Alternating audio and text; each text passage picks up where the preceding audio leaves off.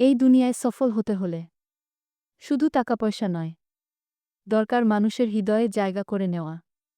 কিন্তু কিভাবে? কিভাবে আমরা কারো মন জয় করব? আসুন জেনে নেই পবিত্র কুরআন এবং প্রিয় নবী হযরত মুহাম্মদ সাল্লাল্লাহু আলাইহি ওয়াসাল্লাম এর জীবন থেকে নেওয়া মন জয় করার ৫টি উপায়। প্রথম পর্ব। রাসূলুল্লাহ সাল্লাল্লাহু আলাইহি ওয়াসাল্লাম বলেছেন, তোমার ভাইয়ের প্রতি তোমার হাসি, এটি সদকা। তিরমিজি। একটি আন্তরিক হাসি মানুষের ভেতরের বরফ গলিয়ে দেয়া।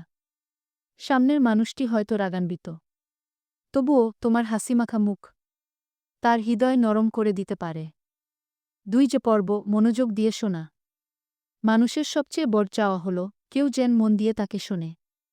আমাদের নবী সাল্লাল্লাহু আলাইহি ওয়াসাল্লাম যখন কারো সাথে কথা বলতেন, সে অনুভব করত তিনি শুধু তাকেই দেখছেন, তাকেই শুনছেন। মনোযোগ দিয়ে শোনা, এটা শুধু ভদ্রতা নয়, এটা ভালোবাসা প্রকাশের এক শ্রেষ্ঠ রূপ। ৩ যে পর্ব, দয়া ও ক্ষমা।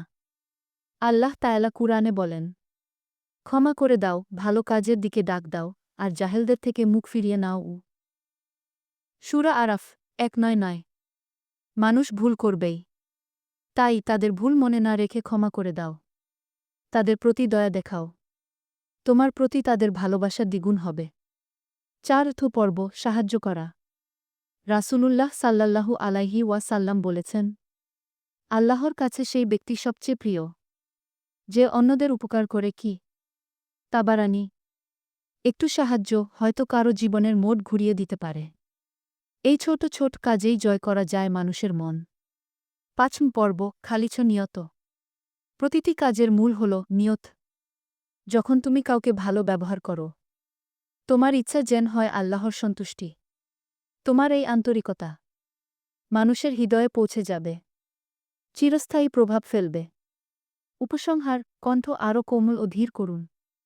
এই দুনিয়া ক্ষণস্থায়ী, কিন্তু যদি তুমি একজন মানুষের অন্তরে ভালোবাসার বীজ বুনে যেতে পারো, তবে তুমি সফল। সুতরাং হাসো, ক্ষমা করো, সাহায্য করো, আর আল্লাহর সন্তুষ্টির জন্য মানুষের মন জয় করে নাও। শেষ অংশ, চ্যানেলের পরিচিতি। আপনি যদি এই কথাগুলো গুরুত্বপূর্ণ মনে করেন, তবে ভিডিওটি শেয়ার করুন।